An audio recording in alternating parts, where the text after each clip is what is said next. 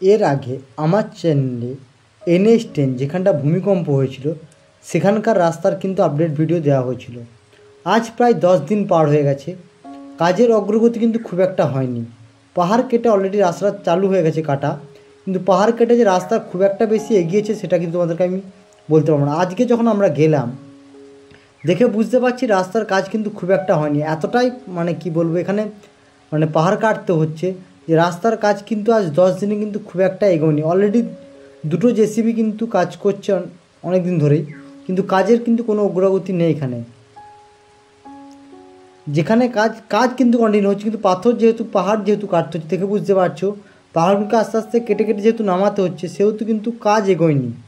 তো সিকিমের এরকম ইনফরমেশান ভিডিও পাওয়ার জন্য অবশ্যই এই চ্যানেলটাকে সাবস্ক্রাইব করে রাখতে হবে, পাশে থাকা বেল আইকনটাকে প্রেস করে রাখতে হবে।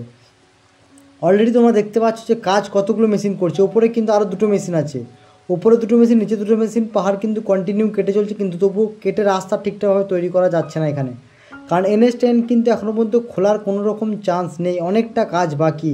তোমরা দেখতে পাচ্ছ এই জায়গাটায় কতটা মেশিন কাজ করছে, একটা দুটো তিনটে মেশিন কিন্তু কাজ করছে। এর আগের কিন্তু আমি তোমাদেরকে 10 দিন আগে এর আপডেট ভিডিও দিয়েছিলাম, যখন ফার্স্ট টাইম এখানে তোমার ধস নামে, এবং ফার্স্ট টাইম ভিডিও দেওয়ার পর থেকেই কিন্তু কাজ কিন্তু জোর কদমে শুরু হয়েছে।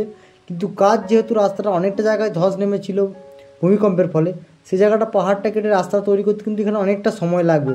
পিচ তো এখন দূরের কথা, কারণ রাস্তাটাই তৈরি করতে পারা যায়নি এখনও পর্যন্ত, এবং এই রাস্তাটা কমপ্লিট হতে এখনও মোটামুটি 10 থেকে 15 দিন সময় লাগবে।